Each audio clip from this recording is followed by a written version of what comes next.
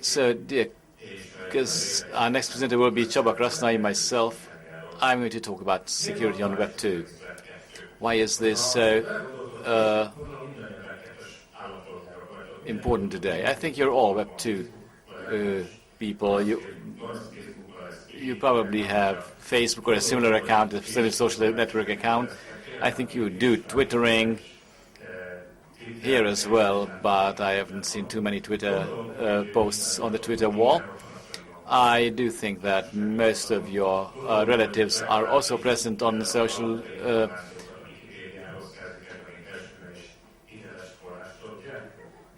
sites, and I think that you also are using Wikipedia. So we are all Web 2 people using the internet, participating in this large community, and this is good for us. And while we are doing so, we tell everything about us and drop all our protections. So all attackers, we are shooting targets for the attackers. If you look at Google's Hungarian search terms, the top searches, or the rising searches, then you will find interesting statistics. For instance, most search term on Google in Hungary is IWIW, Hungarian social networking site. Then YouTube is the next one, or third one, or torrent. And the first 10 even contain Facebook. Four of these 10 are Web 2 applications. Sex, politics, whatever, and don't even make the top 10. So it looks like in terms of searches, we are Web 2 people. We are using IWIW and Facebook and Nabisa.com. What is Nabisa.com? You probably know it. We'll talk about it a bit.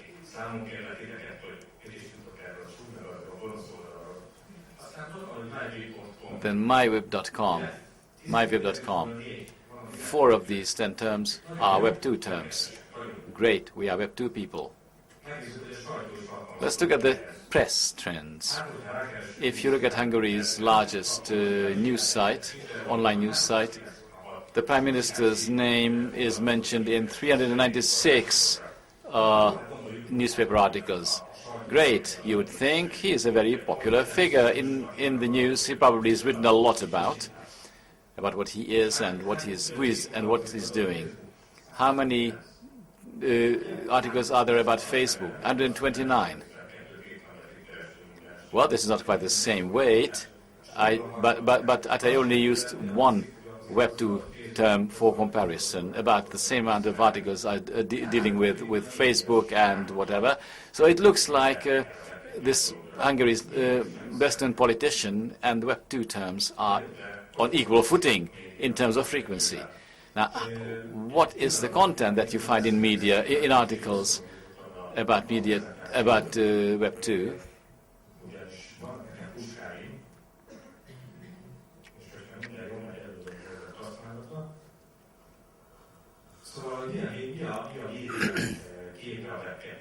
So what is the image of Web 2 in the media?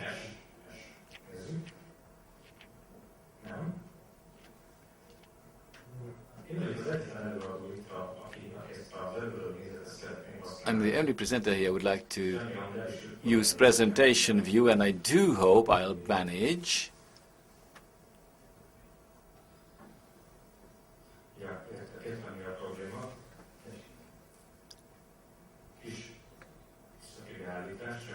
Okay, I need to modify a setting here. Any technically inclined people here who could help me? While, okay, nobody.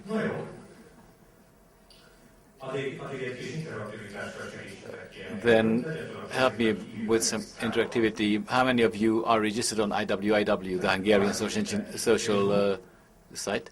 Facebook? Pretty many. Well, Let's think about why we register at IWIW when we don't even really be there.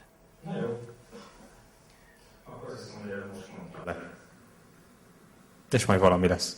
Szóval.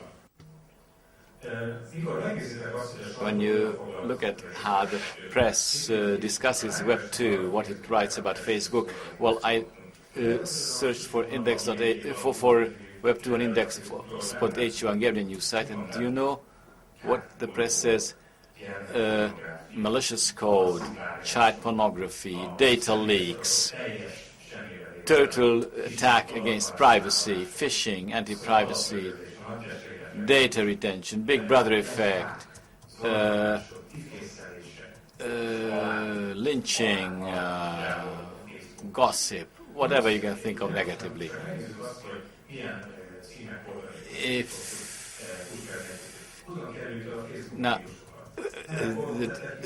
How to avoid Facebook viruses,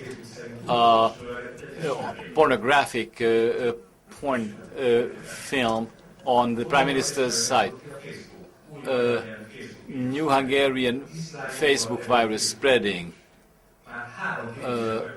dislike the Facebook virus spreads using through the dislike button.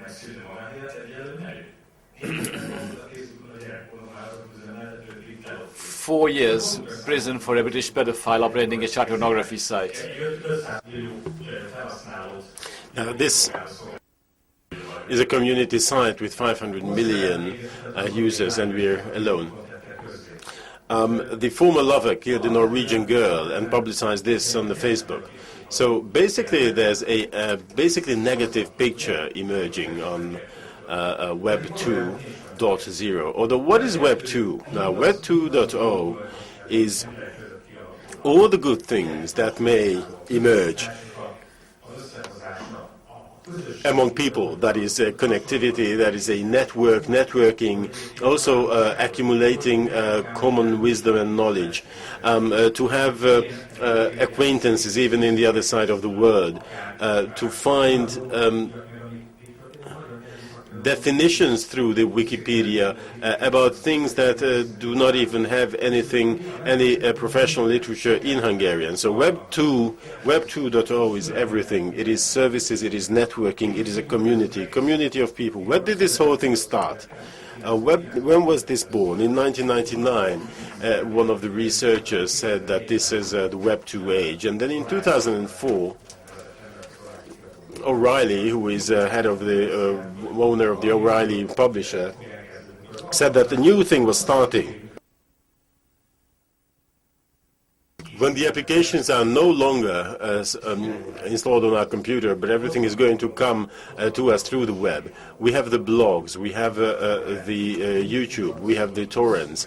Everything is about sharing good and sharing useful things. This has changed our society, this has changed our communities. Probably yes, but in what ways? First of all, let me give you some theoretical background, theoretical foundations. This is risk assessment, but those who were my students at the university have seen this. Those who haven't, I just tell them. So when we assess to what extent this world is dangerous, to what extent it is riskful, then we assess the risks that we have to face. To what extent are we in danger? And as Bruce said yesterday at the BME, to what extent is it true that what is appearing in the press is not dangerous, is not a threat? What is a threat is what is around us. It is an interesting statistics that American teenagers are most afraid about the fact that the kid would be kidnapped or would be blown up, or a sniper would shoot them, although the probability thereof is almost zero. It is much more probable that someone from the family would abuse that kid. But no one deals with that. Or Facebook. Media is always dealing with death and everything, although it's not sure that everything is about that. Now, what is this CRAM model? In the risk assessment methodology, this is what tells you what there is. There are threats, there are vulnerabilities, there are incidents, there are certain properties, and there are impacts, and there are owners. Now, a threat is a potentially emerging thing that has a certain probability, and it might also have certain impacts. And now there is the vulnerabilities. If those vulnerabilities are there, then these threats are going to realize with larger probability than if these vulnerabilities didn't exist. Now, these would cause damages, causing damages into our information property, or it could be our personal reputation as well, or it could be real damage in money terms.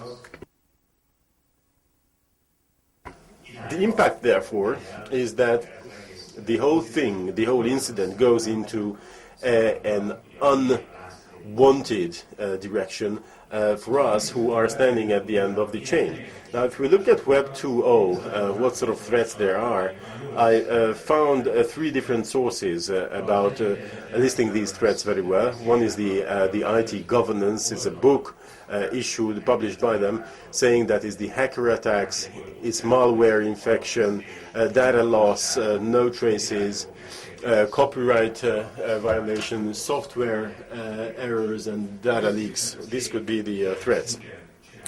ClearSwift also made such a list of threats.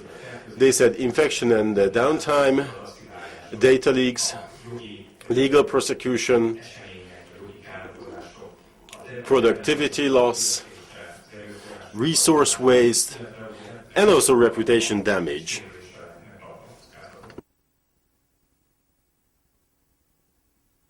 And then ENISA, which is the European Network and Information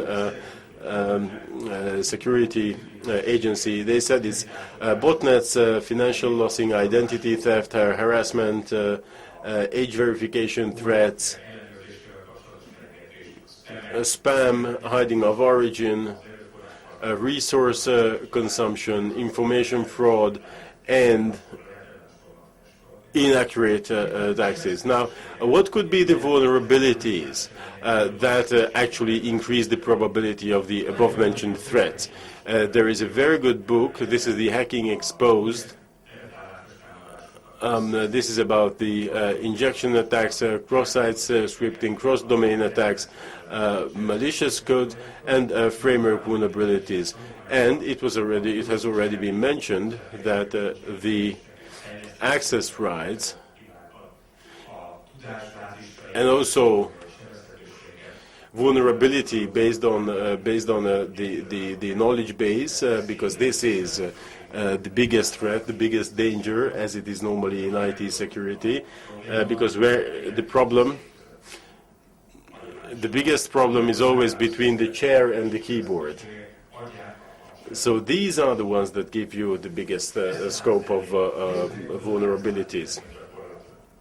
Let's just see how this could be put into practice. First of all, who could be the victim? Or the target is the person who could be us as well. And let me just stay here, because Web 2.0 is about human relations. So if someone can really, if it can really be sucks for someone, that's the citizen, is the person, the human being. But to what extent? There is a quite interesting notion. It is very rarely mentioned in Hungary. However, the media brought this up more significantly. That is cyberbullying and cyber stalking.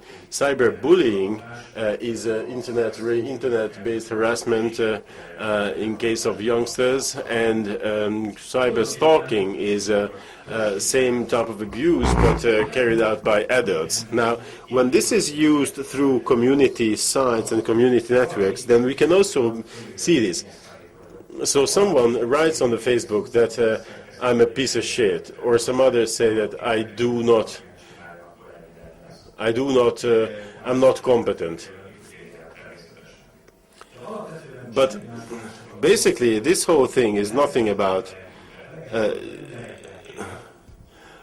only saying that we are advertising things about people which is either not true or it's true, but this is not to be known by the public, and then we just destroy that person.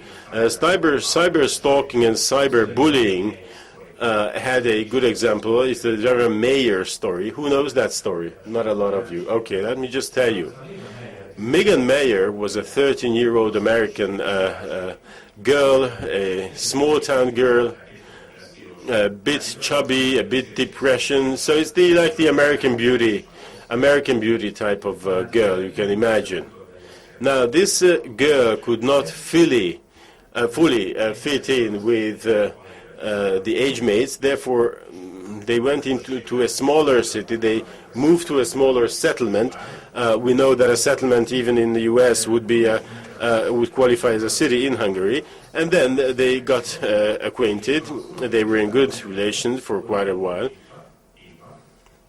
And then the neighbor girl's mother just found out that an identity would be created on MySpace. Let's say it's Josh. Josh would then know Megan. Josh would start courting Megan, and then would give some hope to Megan that she also matters. And then after 3 weeks, he said, "Look, dear Megan, you're just a piece of shit. You're no one loves you." And what was the reaction of this girl? Now, this girl just closed the lid of the notebook and hung herself. Nice, huh? Nice, eh?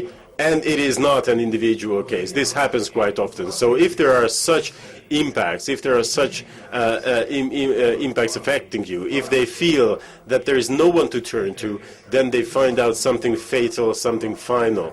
Now, Bruce said that, someone said here during Bruce's presentation that internet was the largest generation gap since rock and roll. Now, the parents do not feel this threat and danger.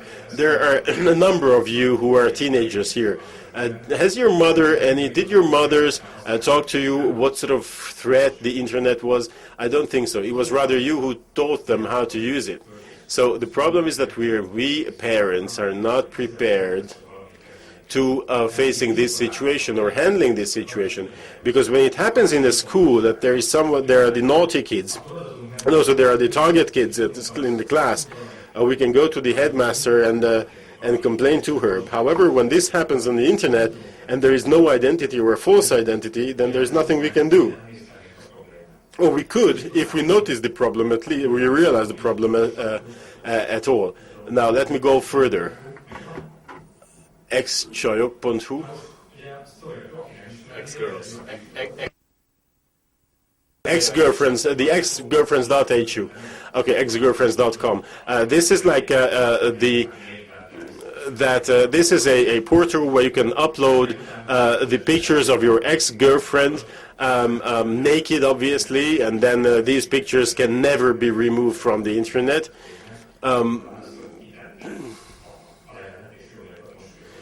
Whenever a lawyer's letter went to the operator of this site, the operator of the site neglected this and simply publicized the letter as well. So law is not in a position to deal with these issues, as Megan Mayer's case also drew the attention to the fact that this type of bullying, cyberbullying and cyber stalking is something we cannot do anything. Because what did this other girl do?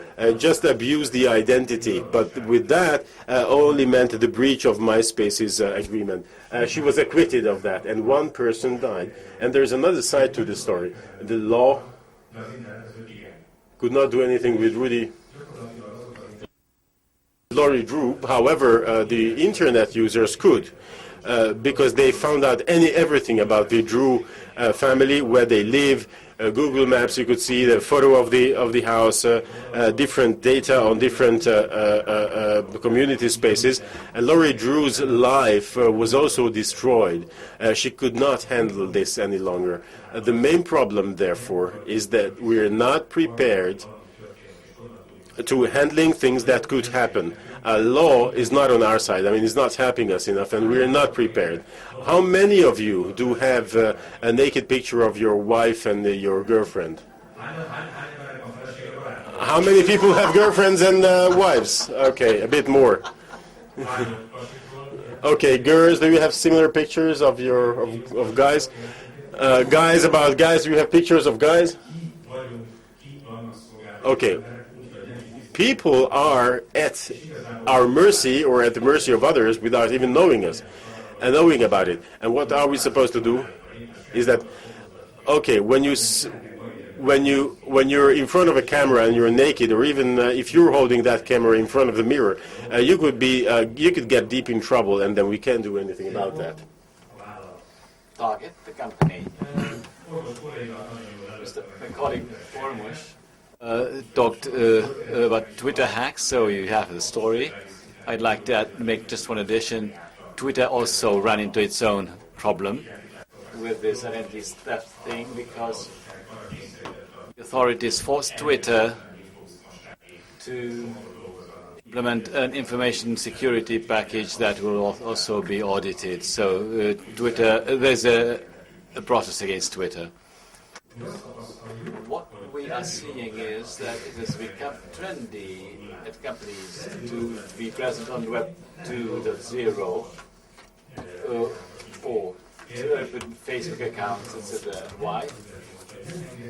Facebook says you cannot afford 500 million people to not see your data. So Twitter and Facebook is extremely popular. Why? Because we know about them. Why is this bad? Because who knows what sorts of false information will appear about this. For instance, because Twitter accounts can be accessed illegally. What guarantees that? What is the guarantee that when you put something up on Facebook, someone won't walk up and start posting my message wall for everybody else? You can moderate it, but obviously this is not enough. For a company, being present on the Web2 arena is a huge risk, but still the company must be present on Web2. So what are the problems that the company faces? What threats are there? For instance, someone may post in the name of the company or in the name of a famous person like Barack Obama. Someone, for instance, may start posting in the name of my company, or making threats, or spamming, like this person who is posting instead of Barack Obama. So we can pass on false information together with a link. You click on the link and you are owned. By whom? By the American president. And what can you say then? Look at the president. He is spreading viruses. And we haven't even talked about the Oval Office. What vulnerabilities are there in this arena? On Web 2 pages, or Web 2 sites, access vulnerabilities, for instance. Those of you dealing with security will know that password security nowadays is not really sufficient, to say it politely.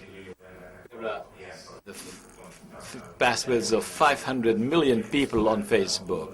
How nice it would be to get the database, even if it is hashed and encoded, you know, that you have you'll probably be able to decipher 30 to 40% of all these passwords with some sort of attack. That would be about 200 million people's passwords. Would be a nice catch, wouldn't it?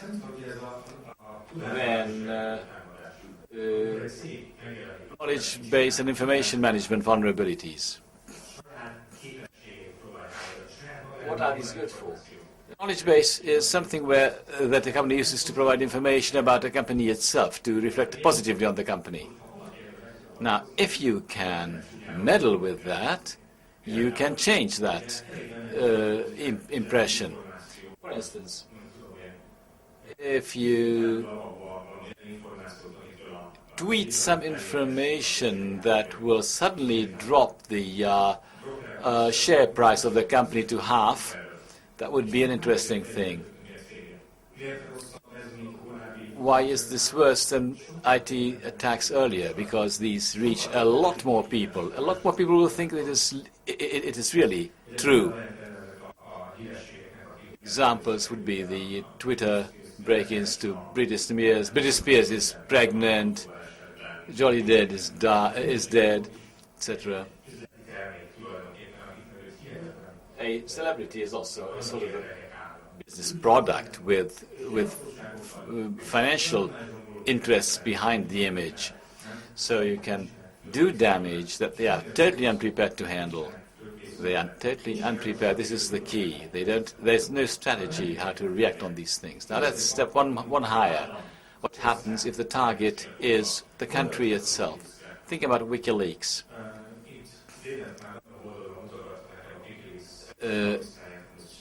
Dana showed me his WikiLeaks tag that he got from WikiLeaks' one of WikiLeaks' two faces. Just think about the leaks that WikiLeaks publishes. Do we like to get access to state secrets? Sure we do. We're interested in how the state works. Have you read these reports on Afghanistan? Anybody? Did you really want to know all of what you learned there? Exactly. What do we do with this WikiLeaks phenomenon, with these data leaks? I often hear people saying, I am not interested in what somebody else is doing in the morning, for instance. I don't want to hear about farts in the morning, etc., etc., etc. I don't want to know where that person is, who he is in contact with. And still, I look at it because it's good, taking sneak views of these things. But we are not necessarily... We shouldn't necessarily be wanting to know what happens, what dirty things happen in Afghanistan. It's enough to know that these things happen for us. Is it enough? Things that have not yet been clarified, things that we do not have talked about enough, that have not been processed mentally, are better left alone. Just as the state has no good answer for these data leaks. Well-established methods of killing, drowning, electrocuting, etc., are not really usable on the web too, because if Julian Assange suddenly would shoot himself in the back while he's fleeing, that would be a very interesting suicide. People would start to ask questions. WikiLeaks have published a lot of information that will elicit questions like this sooner or later. And you could see that on the data leaks concerning Afghanistan. The state is totally unprepared about how to react to these leaks. The common theme is these three projects that we do not know that the thing is happening. If it happened to you, would you know? Would you know? Something bad is written about you. Your secrets are divulged, things that you didn't mean for the general public. What would you do? What is the good strategy that you could follow? We're not even talking about security things. We're not talking about installing a firewall or whatever else. It's communication thing. Communication, Web 2 has appeared so quickly that our communication strategies have not yet been formed. When there is gossip about us in the village, we are able to do something about this because we do have some experience with it.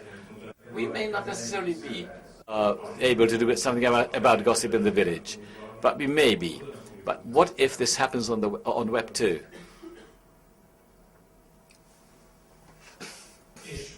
And when all of this is there, plus they target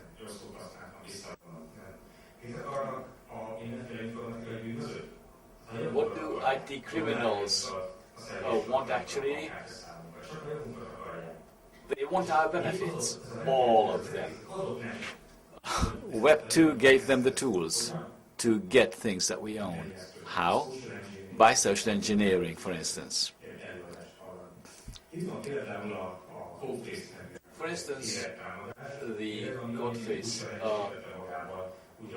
worm attack combines Web 2 technical vulnerabilities or attacks or threats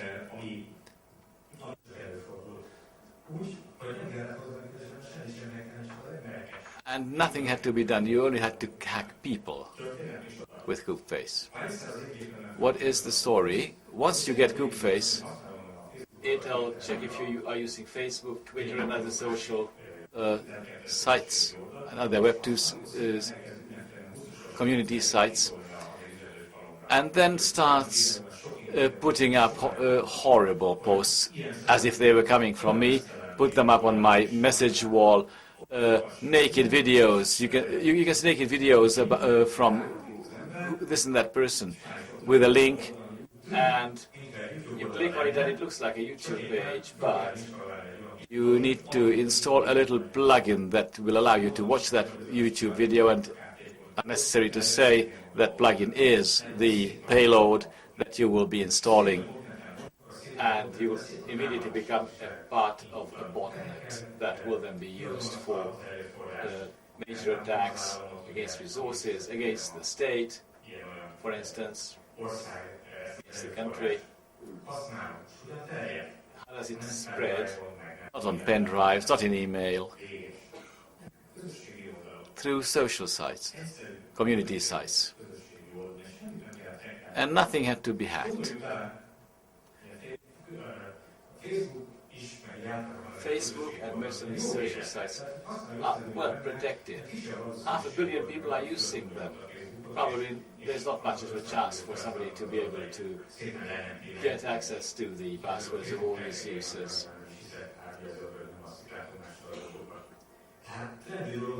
So Web 2.0 is very trendy. Someone may be already working on the new Facebook, the imitated Facebook that will harvest all of the data that we think are protected. And even the authentic Facebook software took years to become as protected as it is now. And when it will be developed again, there will be bugs and errors, and it will be a long road until all these problems and vulnerabilities can be eliminated. So we have an environment that is used by a lot of people irresponsibly, and there are also a lot of technical tools that can be used to attack these sites. What are our conclusions? Have I said anything new? Not really. All these threats and vulnerabilities I mentioned were in existence 5 years ago, 100 years ago, 1,000 years ago. The technologies have changed, and the audience that you can target, they are a lot more numerous than earlier, and therefore you can cause a lot more damage because human naivete does not change. Sending out huge amounts of phishing letters costs a lot. As against this, on a social community site, you have a huge number of people that whom you can reach very, very easily and at no cost, practically. Also, web services are generally more secure than other web services. There is a low probability only that you will find bad configurations, programming errors, bugs, or finding a database dump that has been forgotten and left on the internet. But doing Web 2 has become trendy, and not all Web 2 pages are community sites. There are Web 2 services and pages where the resources behind them is a lot smaller than a community site.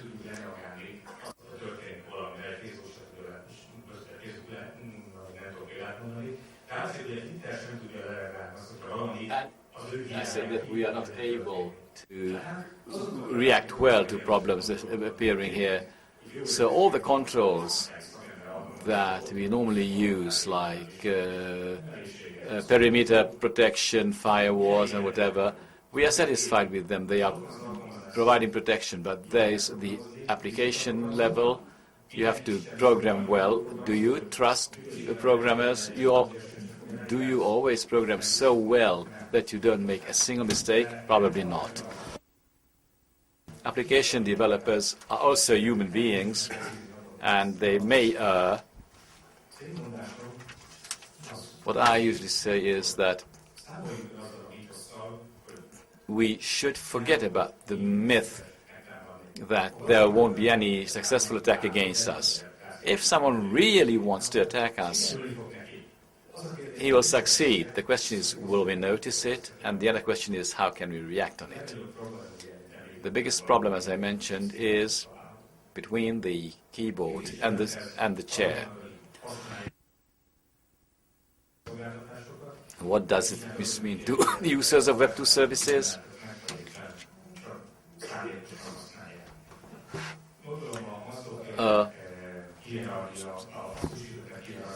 Maslow's hierarchy of needs. This pyramid is probably well known to most of you. What does it say? It actually wants to represent human requirements, needs. What do people need?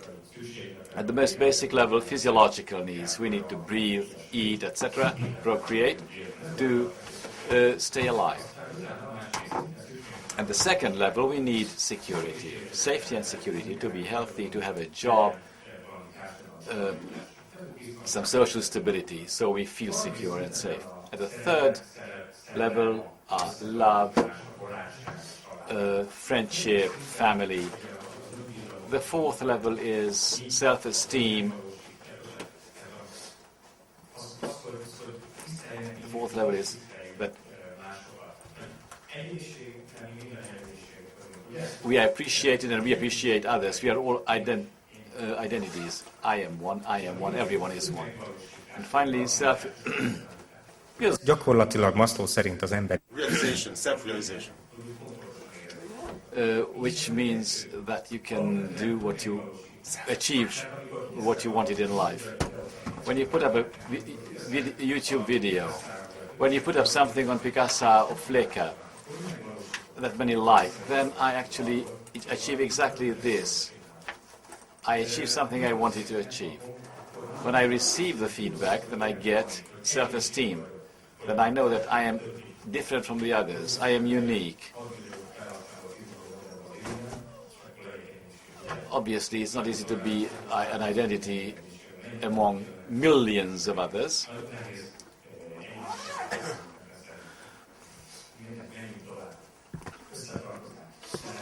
Cohesion, love. Many a marriage has been started at a community site. We not only look at the exterior, we also look at what hides inside. All those nice nude photos and live videos and whatever. Well, that is not all. So these social media implements at least 3 levels.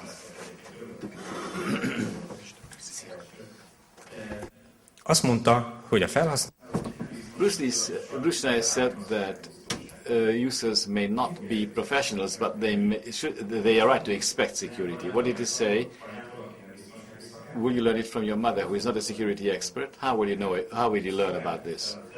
So it is the Web2 service provider's responsibility to provide security to people, and you should feel this responsibility. We can, as of yet, not yet gain water from YouTube or oil, but, because that would be a wonder, but our security may depend on this media. And as I see Megan Meyer's story shows, your physical safety may depend on this media. We are living in a new social environment that we are probably not yet really able to handle. We can implement the preventive controls focusing on information like DLP. We can implement detective controls like log managements to track attacks. We can build secure applications with firewalls and whatever else to increase security, but we have to fully rethink what security means for us in a new world. Because if we look at these trends, we are living in a new social environment that we are wholly unprepared for.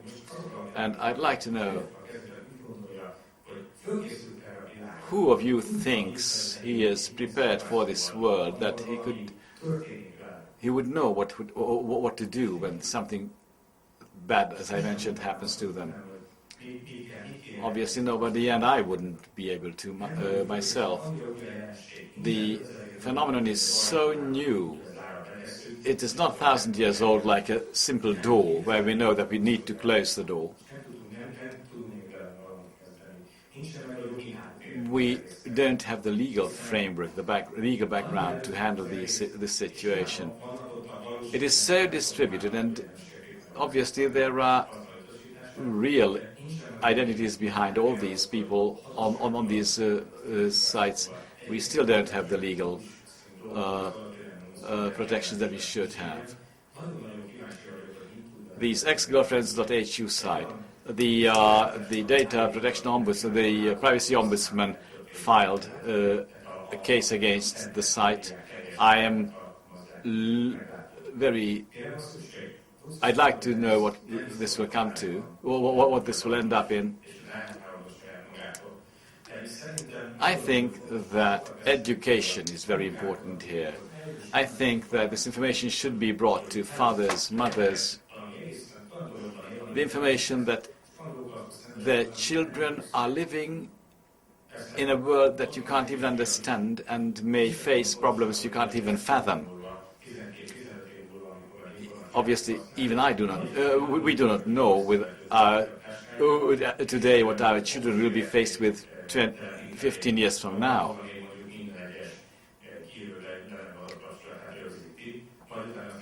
I could actually log my children's web access and then analyze it and overnight and check it. It's my luck that I have a son. If I had a girl,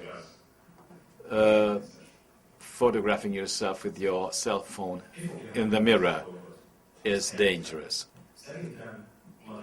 What will solve this issue? I think what will solve this issue is mathematics. They have such a torrent of information that most of it will be lost to us. When we look for something, we will be able to find it, but we won't want to know about all of these bits of information.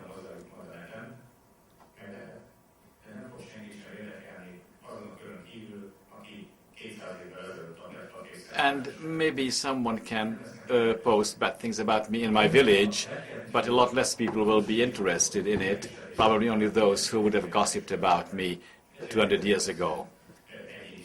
So we will be less and less individuals, and information will be devaluated. This is what I wanted to talk to you about. I hope you found it useful. These are my addresses. Thank you for your attention, and if any comments, reactions, then we have 5 minutes to go.